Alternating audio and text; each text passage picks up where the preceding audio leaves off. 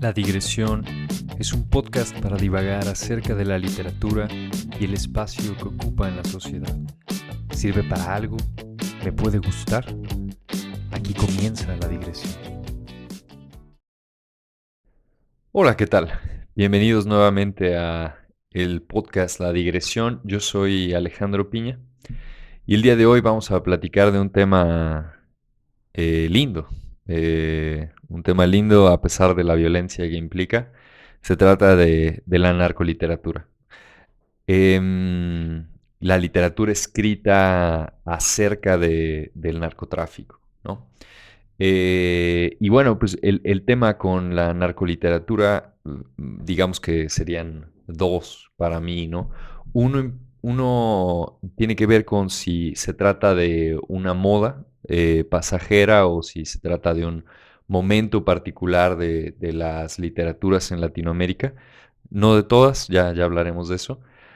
O el otro tema también que es curioso, ¿no? Es uno parecido al de los videojuegos, ¿no? Las mamás luego dicen cosas como que los videojuegos generan la violencia, cosas de ese tipo.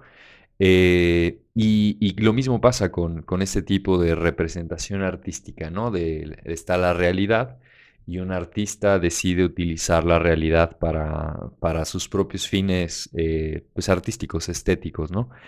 De modo que el tema más bien es si el hecho de que haya literatura escrita sobre el narcotráfico no hace sino fomentarla o enaltecerla o hacerla ver como algo chingón, ¿no? Cuando realmente no lo es.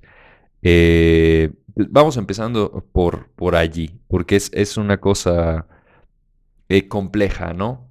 Digamos que mi perspectiva sobre el narcotráfico es que definitivamente está mal. Eh, lo que está mal tal vez no sea en sí el tráfico o el movimiento de un lugar hacia otro pues de narcóticos, eh, más que su consumo desmedido, las implicaciones políticas y sociales que tiene, sobre todo en un país como el mío, como en México, eso es lo que yo diré que está mal, ¿no? Si alguien no está de acuerdo conmigo, pues, y le encanta tener cabezas colgando de puentes, pedazos de cuerpos dentro de un saco y abandonados en un parque, pues bueno, les gustaría vivir en un país diferente al que yo quisiera vivir, ¿no? En fin, vamos contando dos historias, ¿no? Esta vez vamos a comenzar con un pequeño quiz, un test. Y este test se trata de ver si puedes identificar cuál de las dos anécdotas que voy a contar es real y cuál es ficción, ¿no? Cuál es un invento de un escritor. La primera anécdota es la siguiente. Un primo llega con su otro primo a decirle que necesita un paro, necesita ayuda, necesita que le ayuden a mover un montón de kilos de marihuana para un cártel y necesita pues de su ayuda, ¿no? Hace falta alguien más que maneje una troca y que traslade de un lugar a otro, ¿no? También se le va a requerir, y lo va a hacer, el primo acepta, se le requiere que empaquete correctamente las bolsas, ¿no? Con marihuana y otros narcóticos para que puedan flotar correctamente en el mar sin dañar el preciado producto. Y bueno, cuando va en el camino hacia dejar los paquetes, el güey se estrella contra unos nopales, se parte la madre y, y bueno, necesita llegar a otra troca, ¿no? Para sacarlo de allí. Obviamente el primo le había anticipado que se trataba de un negocio de muchos miles de pesos, ¿no? Que lo iba a sacar del hoyo donde estaba, económicamente hablando. Y que bueno, que era su vía de entrada hacia la gloriosa vida de narcotraficante, ¿no? Por haber estrellado y madreado la troca, se quedó sin lana y le dieron creo que 200 pesos por sus problemas, ¿no? Y por estar allí. Y bueno, no podía pues hacerla de todos, no podía hacer un problema de ello porque pues estaba frente a gente compleja, ¿no? De tratar. Esa es la primera historia. La segunda historia es un grupo de individuos se dirige hacia una playa en Michoacán. Eh, Son individuos, digamos, llamémosles estudiantes, jóvenes, van en un autobús y van en la noche llegando a la playa, van a acampar en la playa y van solos en el autobús junto con el conductor del autobús, ¿no? Por alguna razón, nadie más se sube al autobús.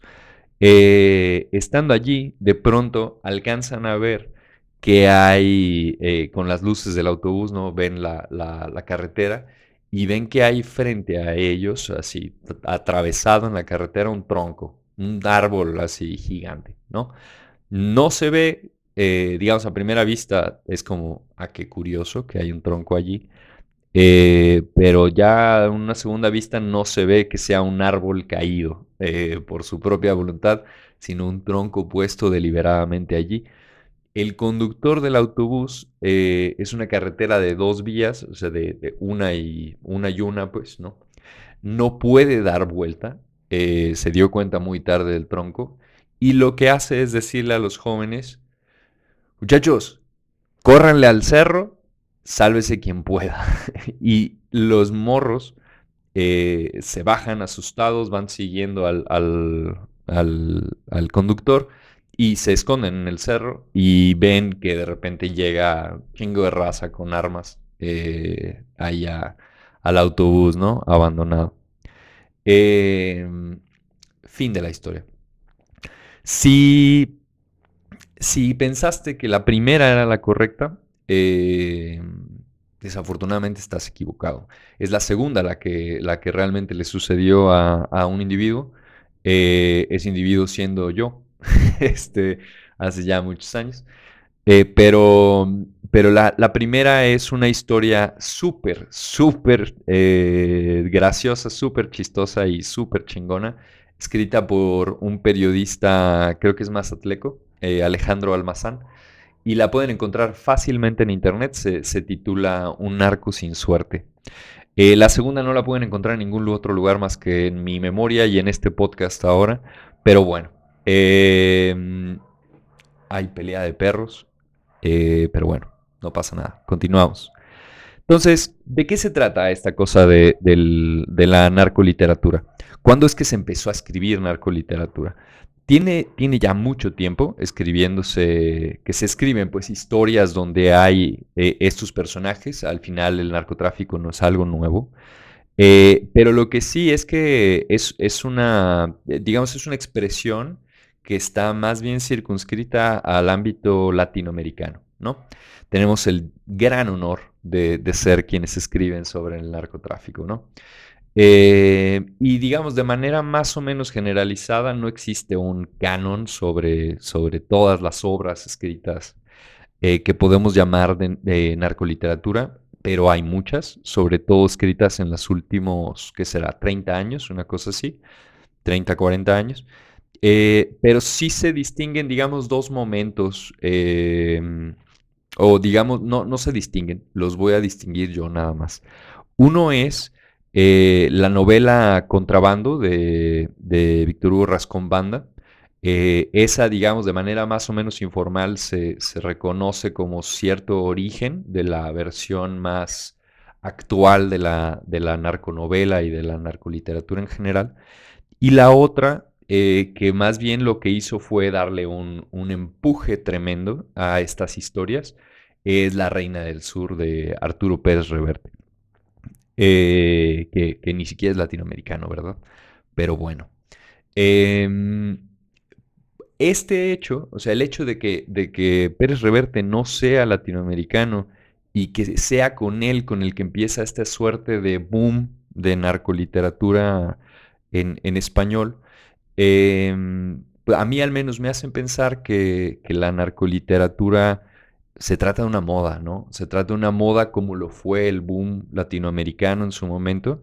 Me refiero a esta generación de escritores de, pues, archiconocidos, ¿no? En todo el mundo se conocen y se han traducido y se siguen traduciendo a Julio Cortázar, a Gabriel García Márquez, a Carlos Fuentes, etcétera, ¿no? Alejo Carpentier. En el caso de la narcoliteratura, empieza a haber, digamos, cada vez más pues una demanda, pues, ¿no? Y no se ve que se vaya a detener.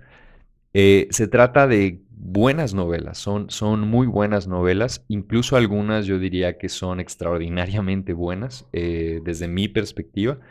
Evidentemente no. Pero bueno, estas dos fueron las que iniciaron con este tema, ¿no?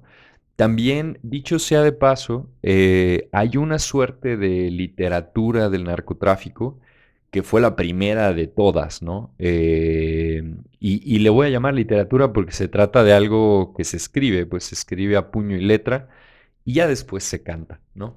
Y estoy hablando de los corridos.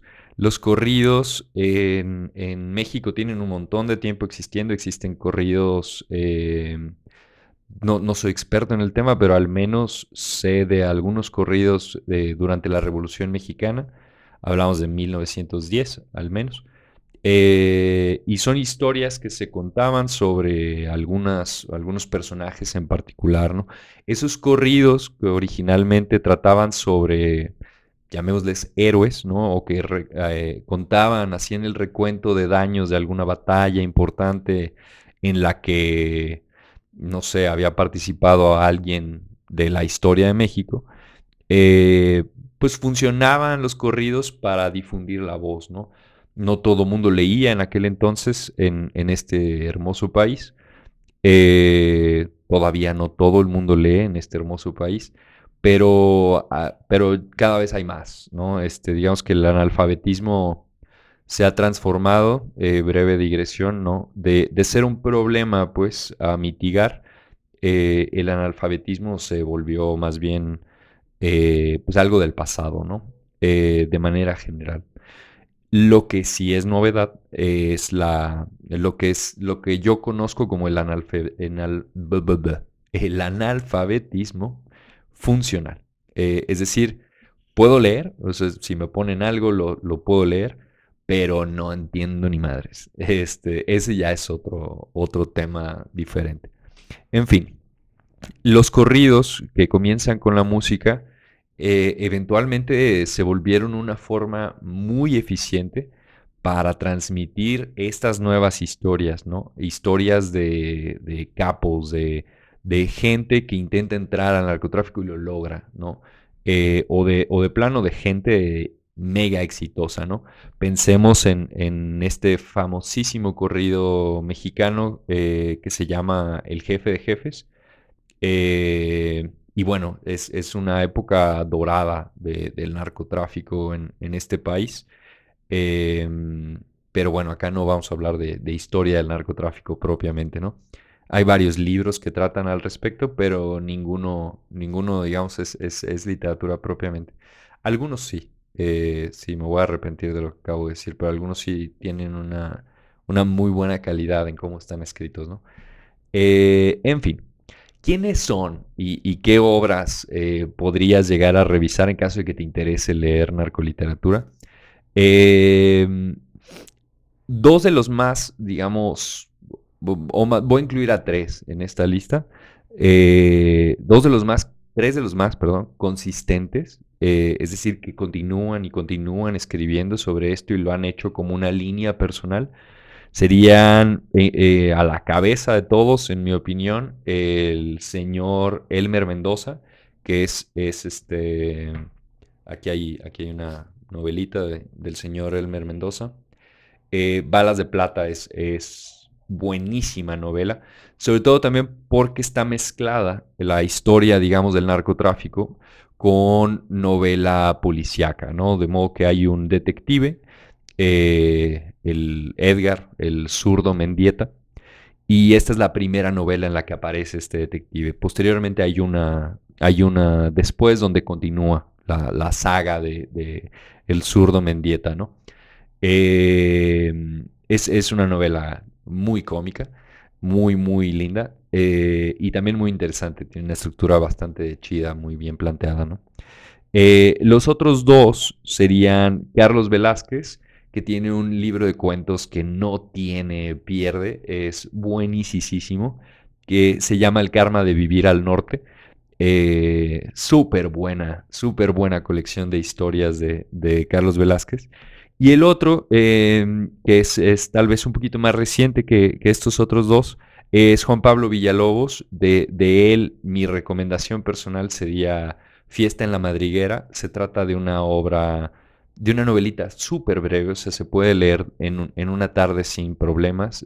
Hablo de, no sé, 80 páginas, 90 páginas. Súper buena. Y también tiene como tema el narcotráfico, ¿no? Además de estos tres, eh, habría que incluir a un señor tal vez no tan conocido. Yo al menos no lo conocía, me lo hizo pasar una amiga. Y se llama Luis Humberto Crosswhite. Tiene un par de novelas, al menos, sobre el tema. La famosa, la más clásica, es una que se llama Tijuana, Crimen y Olvido, muy buena. Y la que a mí me pasaron para conocer al señor Crosswhite fue una que se llama El Gran Pretender. Súper chistosa novela, súper chistosa. Uno de los trabajos más serios, por decirlo de una manera, no es que todos estos sean menos serios, pero al menos tienen una vocación muy, muy dirigida hacia pues, lo gracioso, hacia hacerte reír mientras estás leyendo, ¿no? Son situaciones muy, muy absurdas, pero muy reales, ¿no?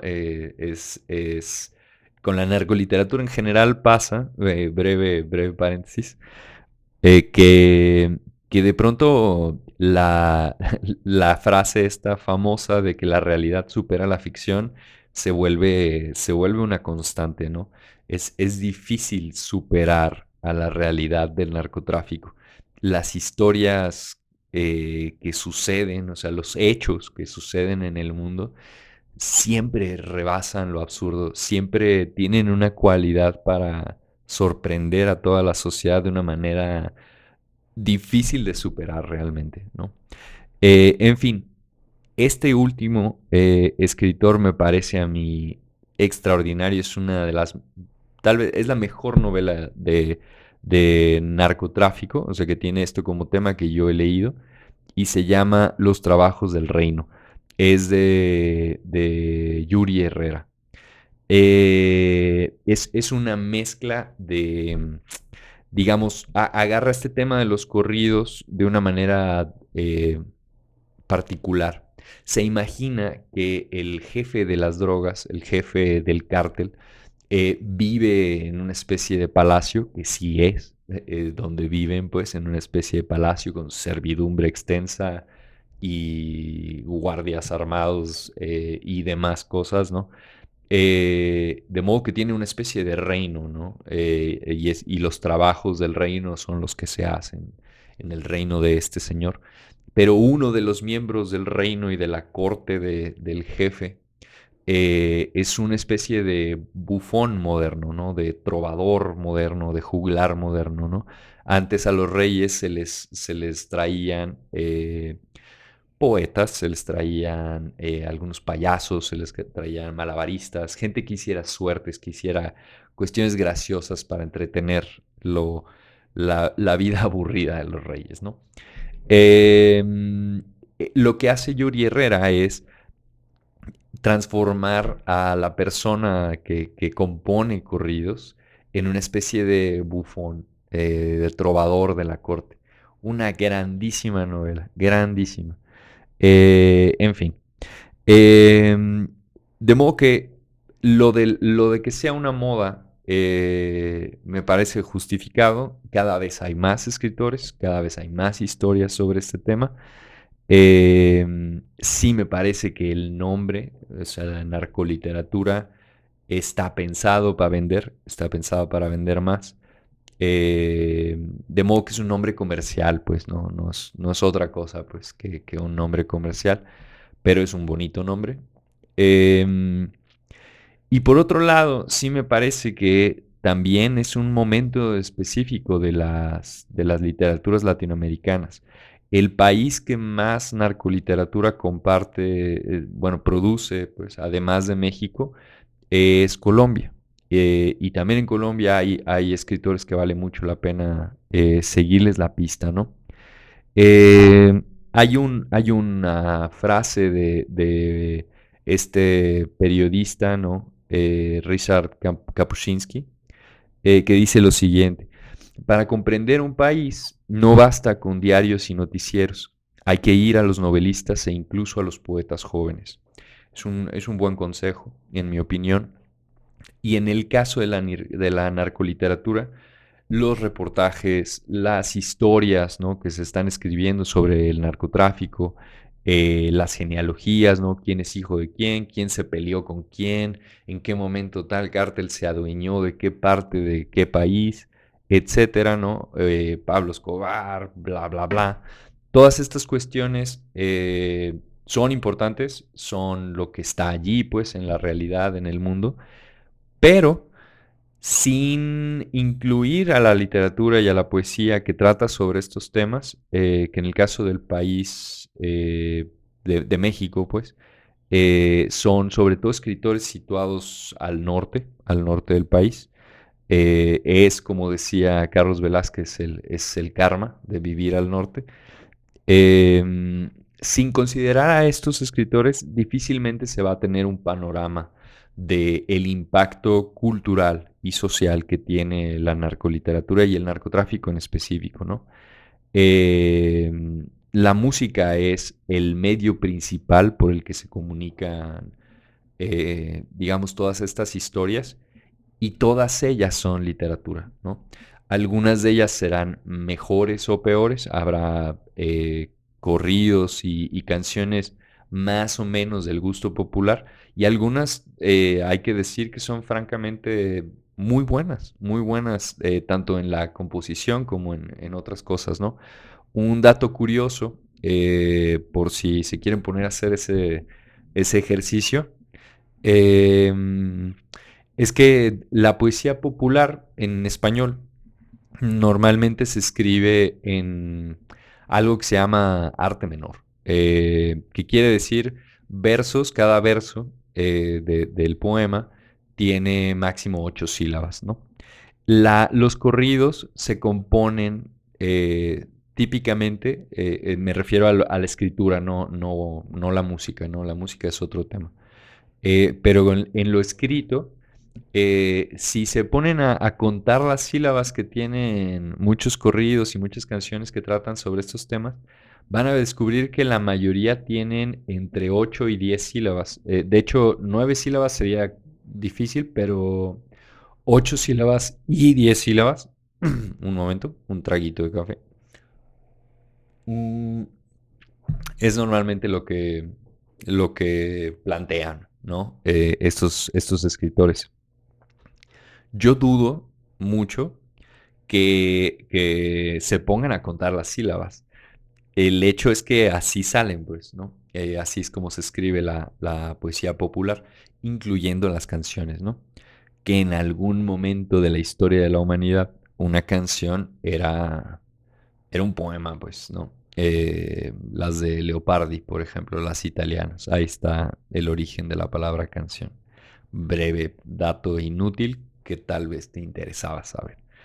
Eh, y lo más curioso, al menos es algo que a mí me gustaba mucho hacer cuando era profesor de literatura en la preparatoria, cuando les decía que la literatura popular se componía típicamente en versos de 8 sílabas, tenía que ver sobre todo con, no sé cómo se llama específicamente, pues, pero es como cuando hablamos, tenemos alguna, no sé, terminamos las frases en algún punto para volver a respirar y seguir hablando.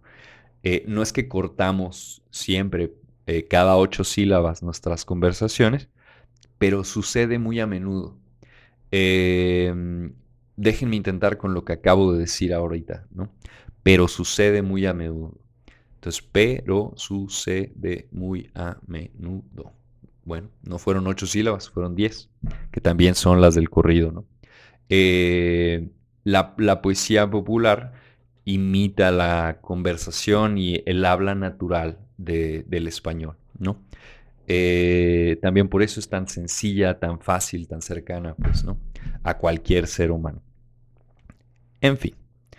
Em, Me gustaría terminar esta sesión de hoy, este podcast, haciendo un último balance, ¿no? ¿Qué nos vamos a llevar de toda esta conversación? Yo les decía que un tema al inicio, que algo tratamos, era el de si se trataba de una moda, un momento, una representación de una realidad violenta o qué carajo era lo que estaba sucediendo. Em, pero el otro tema se trata de saber si hay alguna influencia sobre la sociedad, ¿no? Que deba detenerse, por así decirlo. Difícilmente habrá un arte al que se le, bueno, que se le pida que se detenga, no va a ser un problema, ¿no? Lo vimos en el episodio sobre los libros prohibidos y la censura. Que se le pida a un escritor que detenga lo que está haciendo, sucede hasta la fecha y probablemente no deje de seguir sucediendo. Pero una cosa es esa y otra cosa es que tenga una auténtica, digamos, influencia nociva sobre la sociedad. En el caso de la literatura, mi dictamen va a ser que no. No hay una influencia realmente negativa. Eh, ¿Por qué no? No sé si notaron, pero en las historias, o al menos cuando me referí a las novelas y a los cuentos que ahorita recopilé para ti, casi todas las veces me refería a ellas como graciosas. Eh, y el chiste, como género literario, pues, normalmente sirve para ridiculizar, ¿no? De modo que realmente lo que están haciendo los escritores de pura literatura, no los escritores de corridos, allí sí hay otro tema pues diferente, y no siempre, pero bueno. En los corridos se enaltece mucho a ciertos narcos, ¿no? Por ejemplo, el que les comenté, el jefe de jefes, es un enaltecimiento de llegar a la cima de todos los narcotraficantes, ¿no? Esa es la aspiración, ser el más y ser lo más. En el caso de la literatura, realmente se trata de este título que pone Alejandro Almazán en la historia que conté al inicio, un narco sin suerte. ¿Cuántas personas entran en este país al narcotráfico con la esperanza de salir adelante? Porque su vida, por la razón que sea, los ha llevado a un camino en el que necesitan dinero más inmediato y más fácilmente, ¿no? Y al final es muy probable que la gran mayoría de ellos se vean como el JR de la historia de Almazán, se vean sin suerte y vean que la vida del narcotráfico es más dura de lo que devuelve en cuanto a recompensas, ¿no? Eh, de modo que realmente la literatura no está haciendo absolutamente ninguna alabanza del narcotráfico. Lo que hay allí es algo muy mexicano, que es vamos a mezclar la broma con la desesperanza.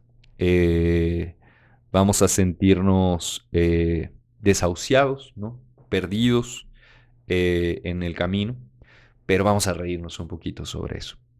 Y bueno, para todos aquellos que ahora mismo se encuentren en un punto así, un poquito perdidos, un poquito con el ánimo bajo, recuerden que vale mucho la pena reírse. Reírse es un gran bálsamo para el espíritu y para el ánimo. Y si se quieren reír, sería buenísimo que puedan agarrar una narconovela y me cuenten cómo les fue. En fin, como siempre, cuídense, lávense los dientes, coman frutas y verduras y chido bye.